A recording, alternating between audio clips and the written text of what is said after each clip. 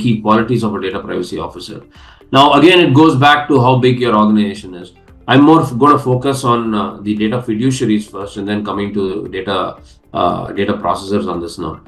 So there is a norm that DPDPA is a law. So you need to be a lawyer, right? And then there's another view saying that you need to apply the law to the technology. So you need to be a technocrat. So there are different variations. But again, I would say the data privacy officer is most efficient and most impacting if they have a combination of law, right? They should be able to understand law. Of course, a lawyer is the best option to be able to understand the law. Have a flavor of technology, right? Be savvy with program management and be a significant facilitator in the organization. The reason why I'm calling these 4 aspects out is you need to understand the law. That's the basics, right? And then you need to take this down to other functions in your organization. You as a data privacy officer cannot do everything by yourself. You can put certain policies together, you can put certain procedures together, but they have to implement it, right?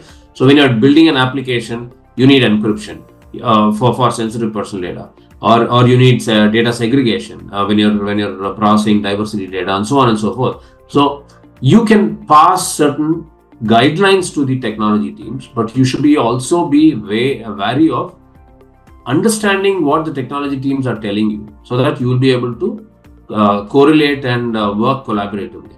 The second one is program management. It's a significant change management program that you're going to be running across the organization. And program management will involve understanding the overall landscape of the data that you have, right? Understanding your businesses, how they process data, what are the sources of data, what is the lawful basis they are using for the sources of data, and then you need to change, and so on and so forth. Influencing that decision, influencing the implementation, right? Identifying the security controls or negotiating the security controls with your technology teams that implement the security controls to keep the data safe, and implementing policies and procedures. Data subject, data principal right in our context. How are you going to implement? Who's going to do it? Who's going to own it? How is it going to percolate? What is the information that you're going to give, and so on and so forth. And most importantly, building a privacy culture in your organization and an effective privacy governance culture in your organization. And this involves significant program management skills.